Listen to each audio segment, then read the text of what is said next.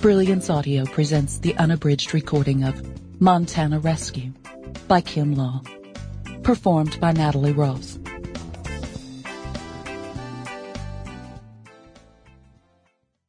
To my mother, thank you for bravely heading into the unknown with me so I could research these books. That 9-day, 4-state, 2,500-mile trip was one of the best times in my life, and it gave me memories that I'll cherish forever.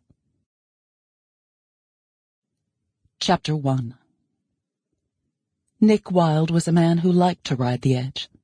He knew when to play loose and free, when to yuck it up for the crowds, and when to turn on the charm for the cameras. But he was also a man who knew when to shut it down and be 100% focused. And when climbing atop an 1,800-pound beast named Death Comes to Your Door, it was time to focus. He paused before swinging his leg over the gate and into the chute, and as he'd done before every ride for the last 7 years, he sent up a silent prayer. Then he pulled in a deep breath, and with his thoughts focused solely on winning, he got down to business.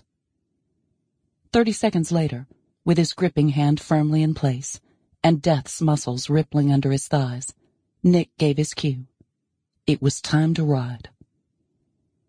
The gate swung open and the clock started, and Death intended to win.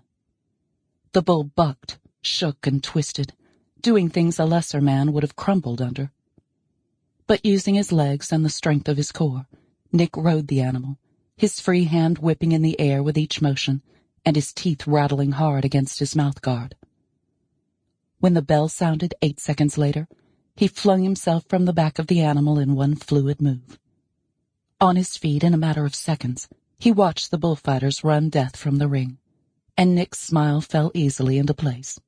He was the last ride of the evening, and given how those 8 seconds had played out, he'd be walking away with the pot tonight. His heart pumped. What a ride!